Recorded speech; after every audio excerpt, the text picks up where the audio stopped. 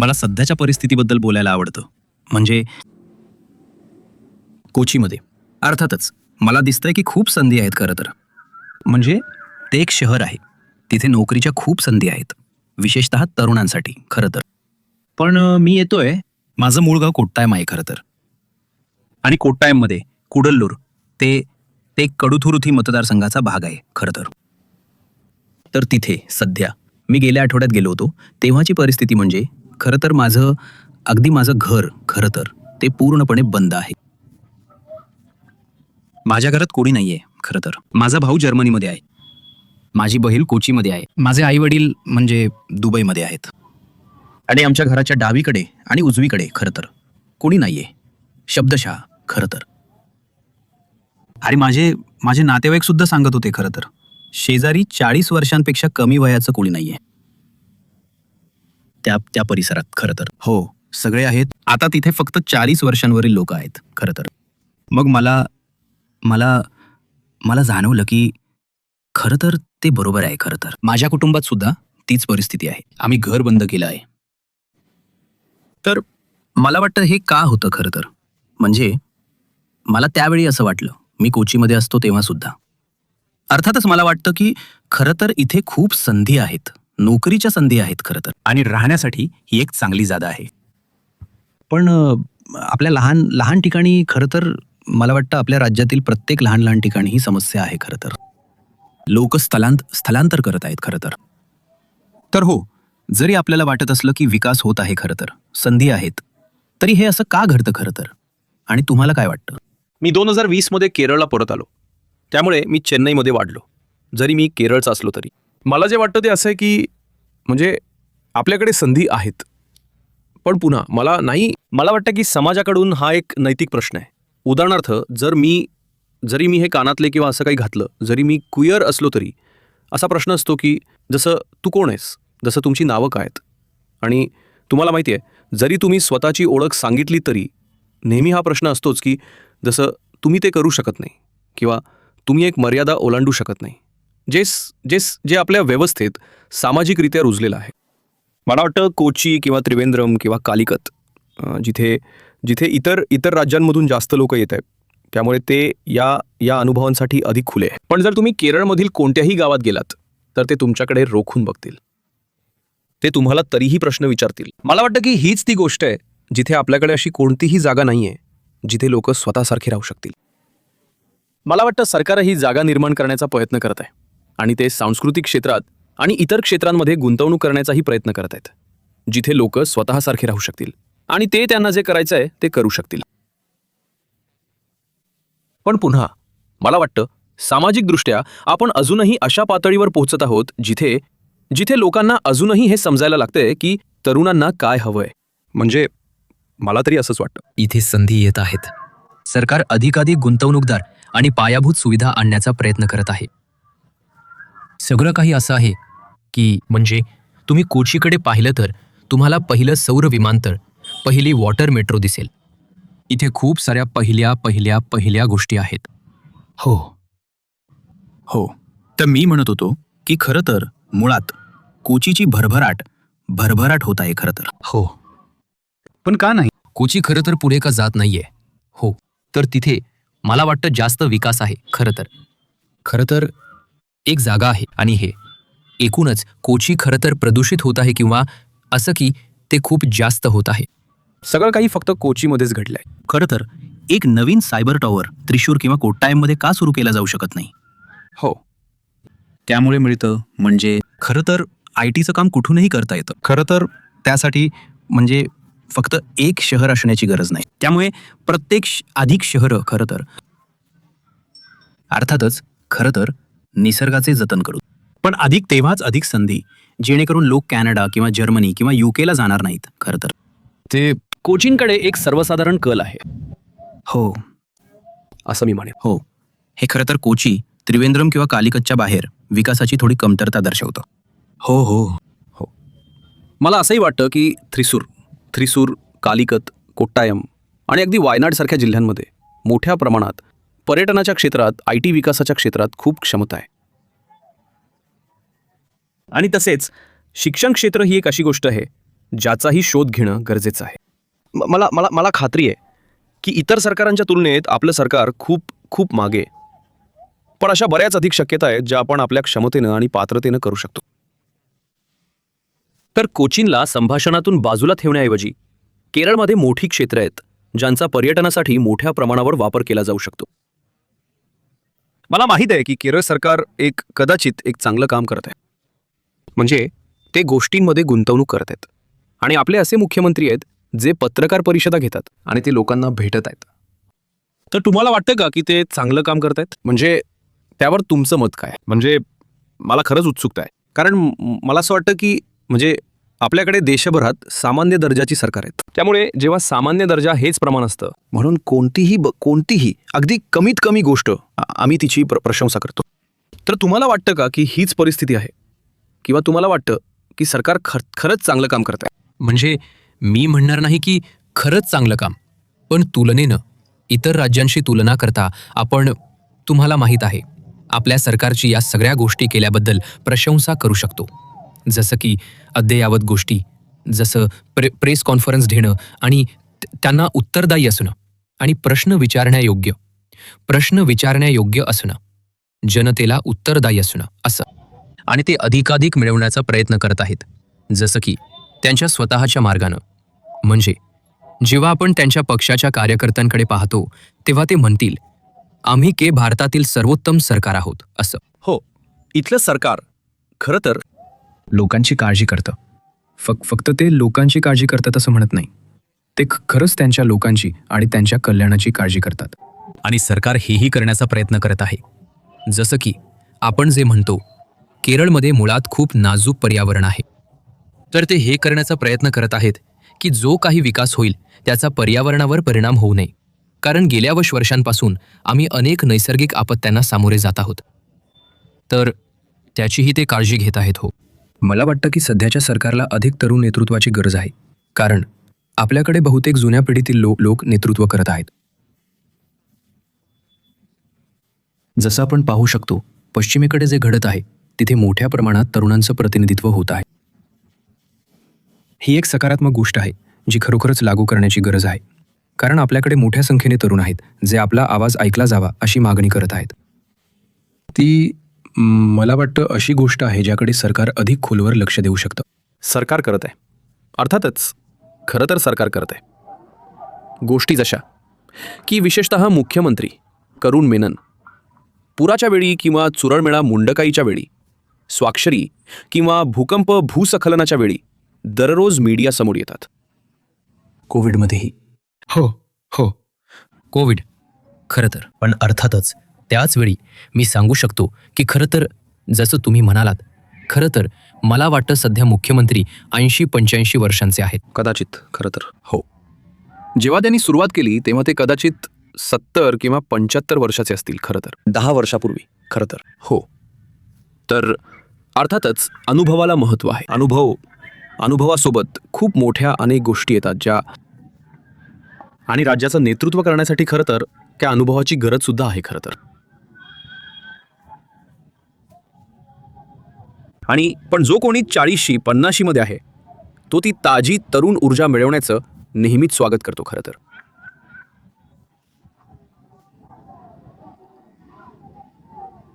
आणि पुरेसे आहेत. अर्थातच खूप लोक आहेत.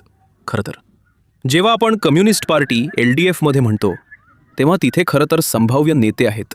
खरं तर जे त्या तरुण वयात आहेत. खरं तर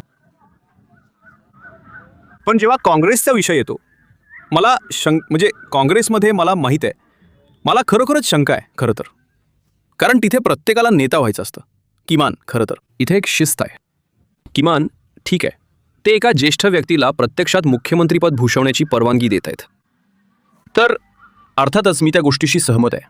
खरं तर आपल्याला अधिक तरुण युवक नेते हवेत, पण त्याच वेळी त्या वयात पुरेसा अनुभव असलेले लोक आहेत की नाही ही एक शंकास्पद गोष्ट आहे. खरं तर हो. आणि देशाच्या उर्वरित भागात होत असलेल्या धर्माच्या संभाषणाबद्दल राज्यांमध्ये खूप जास्त सलोखा आहे. कारण जर तुम्ही केरळच्या बाहेर कुठेही गेलात तर धर्म हा एक मोठा घटक आहे.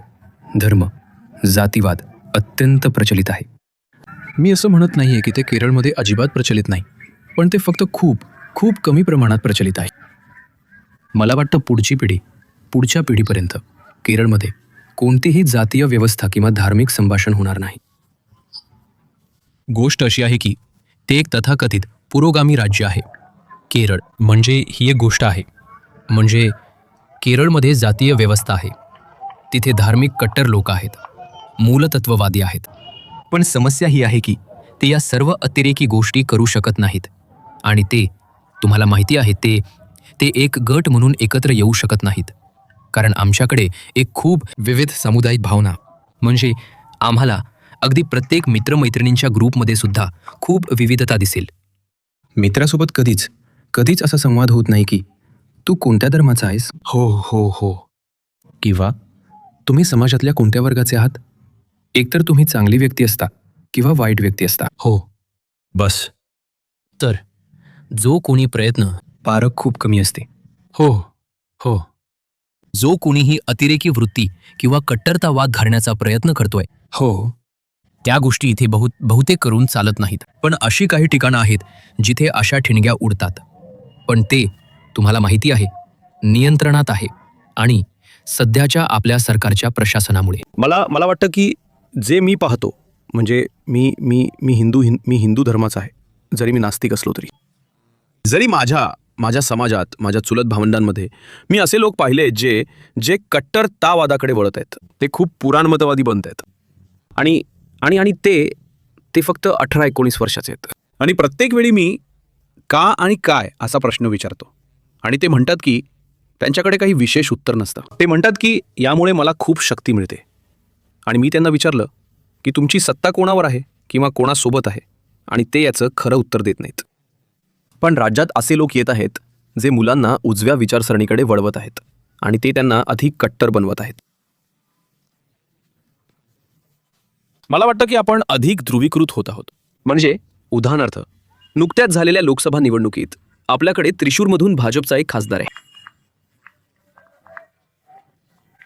पण मला वाटतं की याचं कारण हेही आहे की त्रिशूरमध्ये आपल्याकडे हे मंदिर आहे.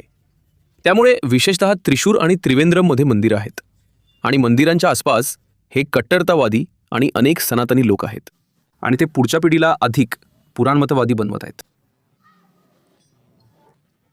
हो, मला इतर समुदायांबद्दल माहीत नाही, पण आमच्याकडे शाखा आहेत. माझ्या एका काकांनी मला विचारलं होतं, तू शाखेत का येत नाहीस? मी म्हणालो, नाही, मला रस नाही. पण मी नाही म्हणू शकलो, कारण माझ्या आईवडिलांनी मला सांगितलं होतं, आणि माझी वाढच तशा प्रकारे झाली आहे. तो एक विशेषाधिकार आहे जो माझ्याकडे आहे. पण मला नाही वाटत की हा विशेषाधिकार इतर प्रत्येकाकडे आहे. हो, कारण त्यांना चांगली संधी दिली जाते, त्यांना आर्थिक स्थैर्य दिलं जातं. आणि मला वाटतं की याच गोष्टी आहेत ज्यामुळे हे लोक कट्टरतावादाकडे वळत आहेत. मला वाटतं की प्रत्येक इतर धर्म इतर देशांमध्ये सुद्धा हेच करत आलाय. पण इथे सध्या हिंदू धर्म किंवा हिंदुत्व ते करत आहे. हे जे काही, जसं केरळमध्ये भाजप ते सर्वात प्रभावशाली व्यक्तींसोबत करण्याचा प्रयत्न करत आहेत, जसं की या राज्य निवडणुकीसाठी सुद्धा तुम्ही पाहू शकता की सर्व सोशल मीडिया इन्फ्लुएन्सर भाजपचे उमेदवार म्हणून समोर येत आहेत, आणि त्यांचे चाहते भाजपचा भाग बनत आहेत. हे सर्व घटक, जसं की त्यांची रणनीती खूप गुंतागुंतीची आहे. मुळात म्हणूनच जसं भाजपचे पहिले खासदार, ते होते ते केरळमध्ये खूप चांगलं चालणार आहे, कारण इथले लोक खूप जास्त हुशार आहेत. आपण हिंदू आणि मुस्लिमांमध्ये सहकार्य पाहू शकतो.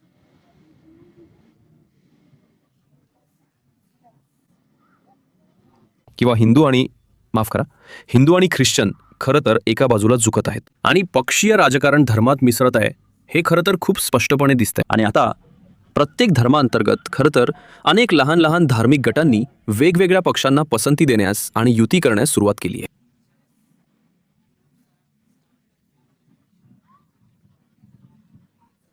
आणि त्यामुळे अर्थातच अधिक द्वेष आणि अधिक समस्यात्मक परिस्थिती निर्माण होत आहे गेल्या 5 वर्षात, खरं तर मी म्हणेन. किंवा ते मला वाटतं जास्त लोक मला वाटतं आधी किंवा पूर्वी खरं तर आडनावात जातीचं नाव असल्यामुळे लोकांनी खरं तर प्रश्न विचारायला सुरुवात केली होती, जर तुमचं आडनाव असेल, तुमचं जातीचं नाव तिथे आहे खरं तर, आणि ती एक उच्च जात आहे खरं तर.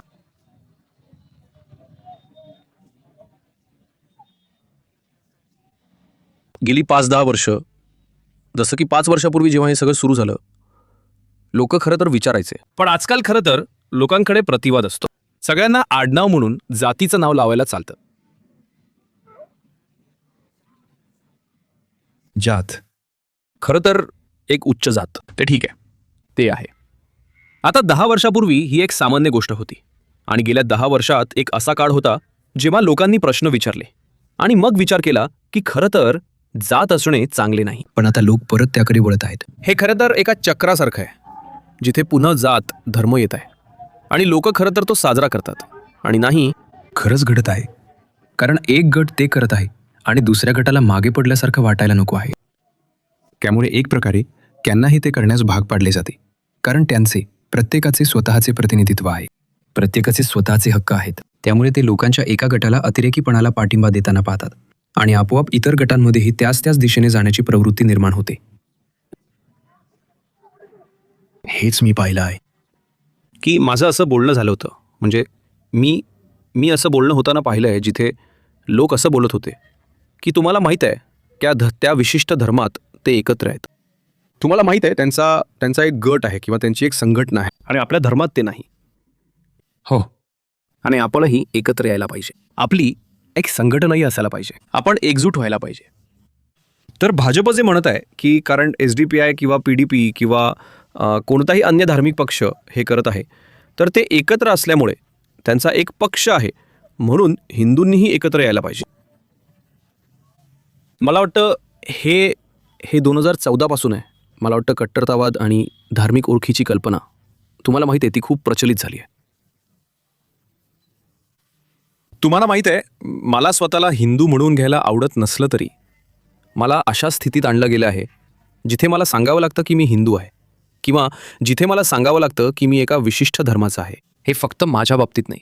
मी ऐकलं आहे, माझे मित्र आहेत, माझे मित्रही आहेत, जिथे त्यांना त्यांची ओळख, ते कुठले आहेत हे सांगावं लागलं, विशेषतः जेव्हा आम्ही उत्तरेकडे प्रवास करतो. पण केरळमध्ये तसं नव्हतं. पण अचानक हे समोर येऊ लागले, कारण आमच्याकडे खेळाची मैदानं होती, जसं की आमच्याकडे मंदिरांची मैदानं किंवा चर्चची मैदानं होती, जिथे आम्ही जाऊन खेळायचो. पण अचानक तिथे एक बोर्ड दिसतो. तुम्हाला माहीत आहे, गैर हिंदूंना प्रवेश नाही किंवा गैर ख्रिश्चनांना प्रवेश नाही. मला वाटतं हे अजूनही वाढत आहे, आणि जे खरंच दुःखद आहे, कारण ते केरळमधील आपल्या समुदायावर प्रश्नचिन्ह निर्माण करत आहे. कारण उदाहरणार्थ फोर्ट कोचीमध्ये आम्ही 40पेक्षा जास्त 42पेक्षा जास्त समुदाय आता अनेक वर्षांपासून एकोप्यानं एकत्र राहत आहोत. पण पुन्हा जर हे थ्रिसूरमध्ये किंवा कुठेतरी पालक्कडमध्ये घडत असेल, तर ते फोर्ट कोचीमध्ये येऊ शकतं किंवा कोट्टायममध्ये येऊ शकतं, कोणत्याही धर्माचा विचार न करता. मला वाटतं मी कोणत्याही संघटनेचं नाव घेऊ शकत नाही. मला त्या संघटनेची कोणतीही नावं आठवत नाहीत. पण काही ख्रिश्चन पादरी आहेत जे असे व्हिडिओ टाकतात जे सांगतात की ते इस्लामोफोबियाबद्दल खूप बोलतात. आणि मला वाटतं एक फादर होते जे कैलासुरी 2च्या प्रदर्शनाला पाठिंबा देत होते.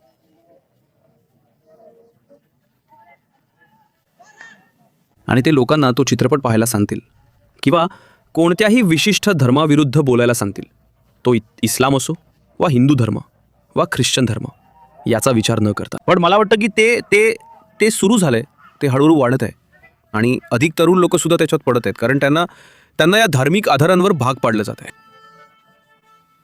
म्हणजे मला असंच वाटतं, तर इस्लामोफोबियाचा वापर समाजाच्या मोठ्या टक्केवारीमधून मतं मिळवण्यासाठी एक साधन म्हणूनही केला जातो, बरोबर? कारण तो जो द्वेष मी गेल्या 5 ते 6 वर्षात पाहतोय, अगदी दक्षिण भारतात सुद्धा. जेव्हा कधी मी केरळच्या बाहेर प्रवास केलाय, तेव्हा मला वारंवार एक प्रश्न विचारला गेलाय. जसं की जेव्हा मी माझं नाव नीरज सांगतो, तेव्हा दुसरा प्रश्न जो येतो तो असा की तुमचं आडनाव काय? बस. आणि मी तो प्रश्न केरळ किंवा तमिळनाडूमध्ये ऐकलेला नाही. पण अलीकडे मला तो अनुभव आलाय, जिथे लोक माझं आडनाव विचारतायत, जरी माझं आडनाव नसलं तरी. म्हणजे मी असं म्हणतो की मी नीरज आहे, तुम्हाला भेटून आनंद झाला. आणि ते विचारतात, नीरज काय? हा प्रश्न मला विचारला जात आहे, जी वाईट गोष्ट आहे. आणि जे जे हे प्रश्न तरुण लोकांकडून येतात, जी अधिक वाईट गोष्ट आहे. मला वाटतं की आपण एका प्रकारे ध्रुवीकृत होत आहोत. मला वाटतं की आपले असे छोटे बुडबुडे आहेत जिथे, उदाहरणार्थ, आपण सर्व एकत्र काम करतो आणि आपल्या सर्वांचं काम एकच आहे. आणि आपली राजकीय विचारधारासुद्धा सारखीच असू शकते. त्यामुळे याच्या पलीकडे ही राजकीय विचारधारा किंवा ही चर्चा इतर कुठेही होत नाही. मागच्या निवडणुकीत हे LDF सरकार दुसऱ्यांदा आलं. त्यापूर्वी ते असं असायचं की LDF मग UDF, LDF मग UDF, वारंवार बदल होत होते. पण आता मला वाटतं की ते पुढच्या निवडणुकीत सुद्धा जिंकणार आहेत. म्हणजे ते आहेत जसं की बहुतेक म्हणजे लोकांना सरकार आणि या सगळ्या गोष्टी खूप आवडत आहेत. ते अनेक प्रकारे LDFला पाठिंबा देत आहेत. तर त्यामुळे खरं तर ते संपवतं. तुम्हाला माहिती आहे, म्हणजे सरकारांमधील बदलांमुळे केरळचा खूप चांगला विकास झाला होता आणि दोन्ही सरकारांनी एका प्रकारे आपलं सर्वोत्तम देण्याचा प्रयत्न केला. म्हणजे दोन्ही सरकारांना सत्तेत राहायचं होतं, म्हणून त्यांना सर्वोत्तम करायचं होतं. जसं की जर LDF येत असेल तर LDF सर्वोत्तम काम करतं आणि मग UDF येतं. त्यामुळे त्यांना माहीत आहे की बदल होईल. पण आता LDFला कळलं आहे की आता कोणताही बदल होणार नाही, कारण UDF जसं की मला माहीत नाही, जसं की UDFकडे सध्या पुरेसं चांगलं नेतृत्व नाही. UDF आता शीर नसलेल्या कोंबडीसारखं झालंय. हो हो हो हो तर गोष्ट अशी आहे की जर LDF पुन्हा जिंकणार असेल तर मला वाटतं की अजून जास्त समस्या निर्माण होतील. म्हणजे मला खात्री नाही, पण ते तरीही चांगलं शासन करू शकतात. पण आम्ही म्हणजे बहुतेक केरळी लोक या गोष्टींबद्दल चिंतित आहोत. म्हणजे इथे आतापर्यंत कोणताही बदल होत नाहीये. दुसरी टर्म आणि तिसरी टर्म झाली आहे, मग समस्या निर्माण होतील. जसं की लोकांना त्या समस्यांची अपेक्षा असते. त्यामुळे कधीकधी पुढच्या निवडणुकीत बदलही होईल, जसं की त्यांना प्रशासनात बदल हवा असतो. त्यामुळे ते UDF सारख्यांना जास्त मत देण्याचा प्रयत्न करतील. पण नेतृत्वाचा मुद्दा हा आहे की ते आता UDFवर अवलंबून राहू शकत नाहीत. त्यासारख्या समस्या आहेत. पण मला माहीत नाही, जसं की हे सर्व लोकांवर अवलंबून आहे. जसं की मुळात लोकच आमच्या निवडणुकांचा न्याय करतील. मला वाटतं आपल्याकडे आपल्या देशात 2 उदाहरणं आहेत. आपल्याकडे एक सरकार आहे जे राज्य करत आहे. जसं की 2014 म्हणजे किती काळ, आता 12 वर्ष झाली, ते केंद्र सरकार. आणि आपल्याकडे एक सरकार आहे जे आता 10 वर्षापासून राज्य करत आहे. मला वाटतं की सत्ता लोकांना भ्रष्ट करते. पण अगदी साठी केरळ सरकारसोबत मला वाटतं की त्यांनी सुरू केलेल्या विकासाच्या कथा ते पूर्ण करू शकतात. तुम्हाला माहिती आहे, जो कार्यक्रम त्यांनी सुरू केला होता तो ते पूर्ण करू शकले कारण त्यांना वाढीव मुदत मिळाली. पण मला असंही वाटतं की बहुतेक विकास कार्यक्रम दुसऱ्या UDFने सुरू केले होते की सद्यस्थिती ते पूर्ण करत आहे. पण मला वाटतं ते करू शकतं. ही एक खूप अवघड परिस्थिती आहे जिथे आपल्याकडे एक विरोधी पक्ष नाही किंवा आपल्याकडे एक विरोधी पक्ष नेता नाही जो दुसऱ्या बाजूचे नेतृत्व करू शकेल. आणि हीच गोष्ट केंद्र सरकारच्या बाबतीतही आहे. म्हणजे सरकारला आव्हान कोण देऊ शकतं? विरोधी पक्ष नेते नाहीत. हो, म्हणजे मुळात प्रबळ विरोधी पक्ष नाही, हो, जसं केंद्रात आहे. मी पाहिलं आहे की ते विकासाबद्दल खूप चर्चा सुरू करतात आणि ते योजना पण सुरू करतात, पण फक्त सुरुवातच होते. सहसा देखभाल होत नाही. ह्या सरकारने प्रयत्न केले आहेत जे माझ्या बाबतीत पुरेसे नाहीत, पण आणखी प्रयत्न केले जाऊ शकतात. पण जो विकास आधीच सुरू झाला आहे तो टिकवून ठेवण्यासाठी ते प्रयत्न केले जात आहेत. माझ्यासाठी मला वाटतं की जर LDF सरकार असेल तर काही बदल झाला नाही तरी चालेल. जर ते 10 वर्ष 20 वर्ष चालले तरी चालेल.